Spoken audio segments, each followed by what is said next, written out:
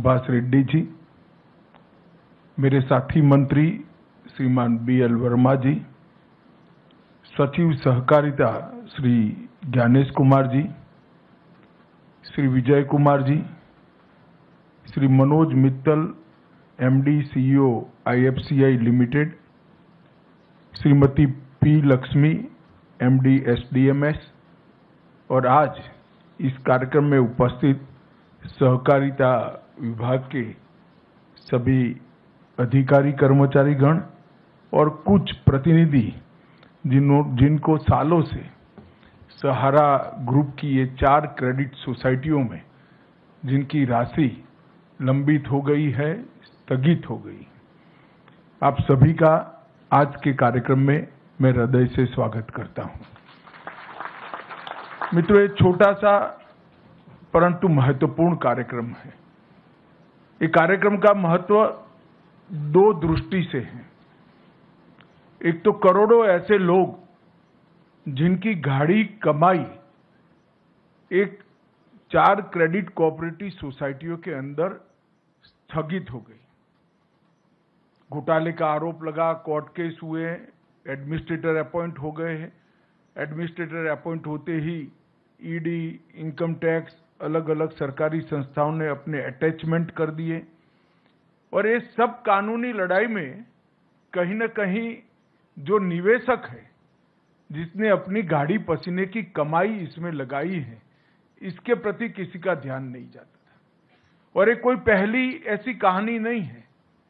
कहीं पर भी इस प्रकार के घोटाले का आरोप लगता है या घोटाले होते हैं तो तुरंत ही मल्टी एजेंसी सीजर हो जाता है।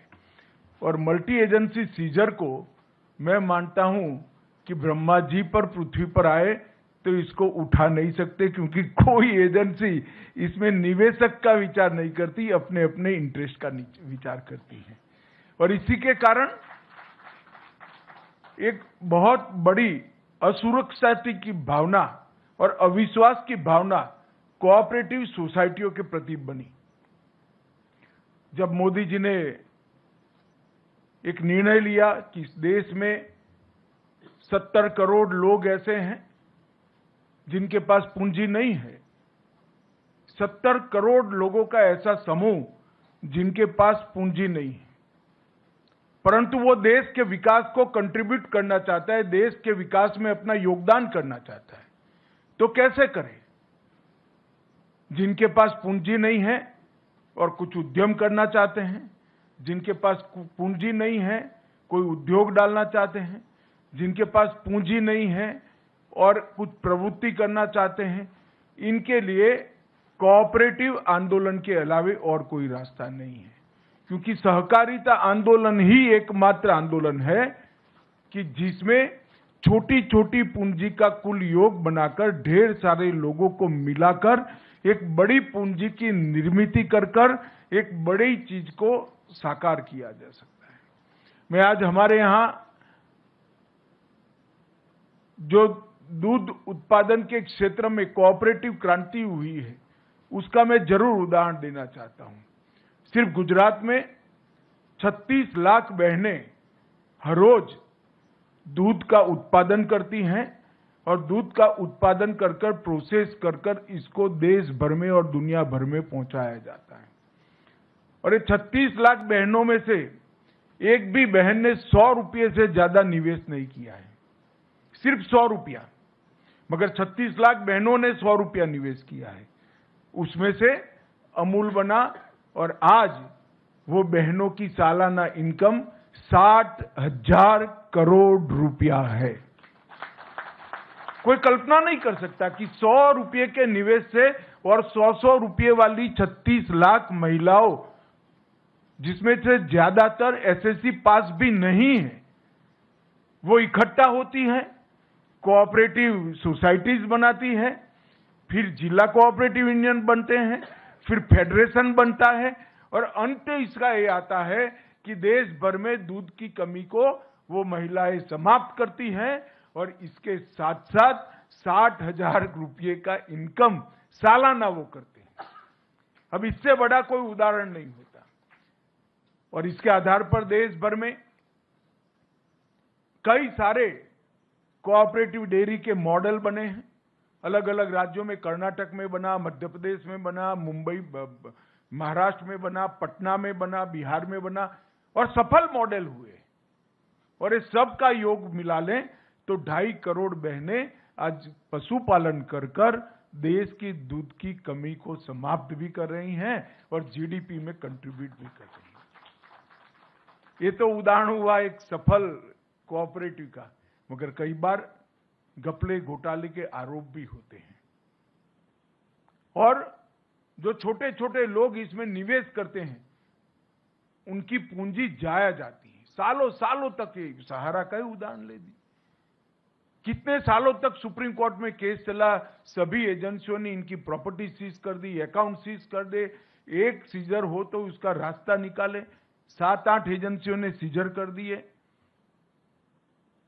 अब ऐसा जब होता है तो कोऑपरेटिव आंदोलन की विश्वसनीयता, क्रेडिट सोसाइटियों की विश्वसनीयता समाप्त होती है।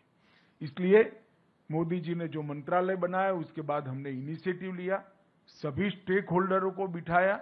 इसमें आप लोगों को नहीं बिठाया था क्योंकि आपका रिप्रेजेंटेटिव मैं हूं। जो निवेश करता है उनको नहीं बुलाया था। हमने सेबी वालों को भी बुलाया, ईडी वालों को भी बुलाया, इनकम टैक्स वालों को भी बुलाया, सीरियस फ्रॉड ऑर्गेनाइजेशन वालों को भी बुलाया, सीबीआई वालों को भी बुलाया और अधिवक्ताओं को भी बुलाया, लॉ ऑफिसर्स को भी बुलाया। सबके साथ मिलकर हमने कहा कि हम क्या एक ऐसी व्यवस्था कर सकते हैं जिससे सभी लोग अपने दावों के ऊपर उठकर जो छोटा निवेशक है इसकी चिंता कर सकते हैं। और मुझे आनंद है कि सभी एजेंसियों ने मिलकर एक सुप्रीम कोर्ट में याचिका दायर की और सुप्रीम कोर्ट ने भी एक ऐतिहासिक फैसला लिया कि सभी एजेंसियां जब सहमत है तो एक सुप्रीम कोर्ट के पूर्व न्यायाधीश जी की अध्यक्षता में एक कमेटी बनाई जाए और उनके निर्देशन से ये पारदर्शी भुगतान की शुरुआत की जाए। और ट्रायल बेस पर आज ये पारदर्शी भुगतान की शुरुआत 5,000 करोड़ रुपए से कर रहे हैं हम। ये 5,000 करोड़ रुपया निवेशकों को वापस लौटाने की शुरुआत होगी और ये 5,000 करोड़ रुपया जब पूरा वापस हो जाएगा हम फिर से सुप्रीम कोर्ट के सामने जाएंगे और कहेंगे कि इतने निवेशक बचे हैं और बाकी का भुगतान भी करें।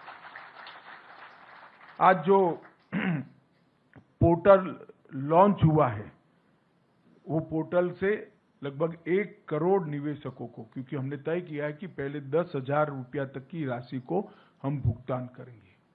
जिनका 10,000 तक का निवेश है वो, और जितना भी निवेश हो उसमें से 10,000 रुपया। ये ट्रायल बेस है और ये पोर्टल के माध्यम से इसको ऑनलाइन सबको निमंत्रित करेंगे। पूरे डेटा को ऑनलाइन कर दिया गया है चारों सोसाइटियों के और सीरीज ऑफ मीटिंग कोऑपरेटिव मंत्रालय के, सहकारिता मंत्रालय के अधिकारियों ने की है। हमारे जो स्टॉक होल्डिंग के साथी बैठे हैं उन्होंने भी बहुत बड़ा इनिशिएटिव दिया है।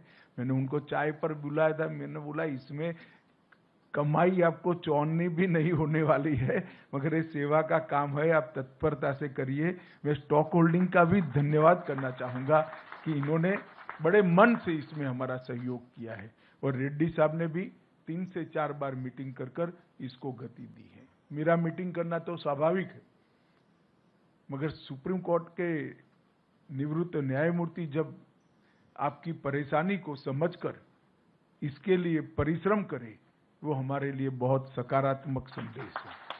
मित्रों, लगभग 1 करोड़ 7 लाख निवेशकों को ये पोर्टल के अंदर पंजीकरण करने का अधिकार है, जिनकी पूरी राशि लौटाई जाएगी और कुल मिलाकर 4 करोड़ निवेशक हैं जिनको 10,000 रुपये तक की राशि प्रथम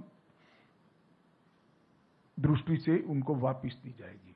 और ये मैंने कहा ये शुरुआत है, अगर ये सफलता से होता है और सफलता से होगा उसका मुझे पूरा विश्वास है, क्योंकि पूरी प्रणाली को मैं समझा हूं। इसमें कहीं पर भी कोई गड़बड़ की गुंजाइश नहीं छोड़ गई है और कहीं पर भी जो जेन्युइन इन्वेस्टर है इसको अन्याय होने की गुंजाइश भी नहीं छोड़ेगी। जिन्होंने निवेश नहीं किया है इसको किसी भी तरह से यहां से रिफंड नहीं मिल सकता, और निवेश जिन्होंने किया है इसको कोई रोक नहीं सकता। मगर बहुत सारे निवेशक ऐसे होंगे जो ऑनलाइन पोर्टल पे शायद ना आ सके, मगर ये बहुत जरूरी है क्योंकि इतने सारे दावों का फिजिकली भुगतान संभव नहीं है। मैं आप सबसे निवेदन करना चाहूंगा कि सरकार ने सीएससी की व्यवस्था की है। सीएससी के माध्यम से आप आपका ऑनलाइन पंजीकरण करा सकते हैं, वो आपको पूर्णतया गाइड करेंगे। हम प्रयास करेंगे कि देश के सारे सीएससी को ऑनलाइन ये पूरी व्यवस्था भेज दी जाए, वो इसका स्टडी कर आपकी सहायता करेंगे। ढेर सारे लोग ऐसे होंगे जिनके मोबाइल आधार में जो रजिस्टर होंगे वो आपने बदल दिए होंगे, तो इसका भी रजिस्ट्रेशन कराना पड़ेगा, और आपके बैंक अकाउंट का रजिस्ट्रेशन तो करीब करीब सबका हो चुका है। इसमें दो ही प्रमुख शर्तें हैं, एक आधार का रजिस्ट्रेशन आपके मोबाइल के साथ होना और आधार का रजिस्ट्रेशन आपके बैंक अकाउंट के साथ होना। ये दो जुड़ाव है तो सिर्फ आपको रिसीट का वर्णन ऑनलाइन भेज देना है और एक फॉर्म डाउनलोड कर सिग्नेचर कर फिर से वापस ऑनलाइन भेज देना है। आपके पास, मैं आपको विश्वास दिलाता हूं कि 45 दिन के अंदर पैसा आपके बैंक अकाउंट में जमा हो जाएगा। इसमें आप जरा भी चिंता मत करें। मित्रों, एक बहुत बड़ी शुरुआत है। देश में ढेर सारी क्रेडिट सोसाइटियों में घपले घोटाले हुए। पहली बार मोदी जी के नेतृत्व में इतने बड़े घोटालों में पारदर्शिता के साथ आज निवेशकों को पैसा देना शुरू हो रहा है। ये बहुत बड़ी उपलब्धि है जिसका मुझे कम से कम बहुत संतोष है और आनंद है कि आज करोड़ों लोगों को अपनी गाढ़ी कमाई के पैसे, गाढ़े पसीने की कमाई के पैसे वापस मिलने की शुरुआत होगी। और मैं आशा करता हूं कि 10,000 से 15,000, 15,000 से 20,000 लगभग छोटे निवेशकों को गिन ले तो 30,000 तक के निवेशक ले लेते हैं हम, तो लगभग 2.5 करोड़ लोगों को अपना पैसा वापस मिलेगा। ये बहुत बड़ी उपलब्धि है। आज मैं फिर से एक बार न्यायमूर्ति सुभाष रेड्डी जी, स्टॉक होल्डिंग के सारे हमारे अधिकारी हैं जिसने इसमें बहुत मेहनत की है, ये सभी का सहकारिता मंत्रालय की ओर से और आप सभी की ओर से हृदय से धन्यवाद करता हूं। और सहारा ग्रुप कोऑपरेटिव सोसाइटी के करोड़ों निवेशकों को भी आज मैं बहुत बहुत बधाई देना चाहता हूं कि एक रास्ता प्रशस्त हो गया है जिससे आपका पैसा वापस आएगा और आपके उपयोग में आएगा। आप सभी को बहुत बहुत बधाई और धन्यवाद।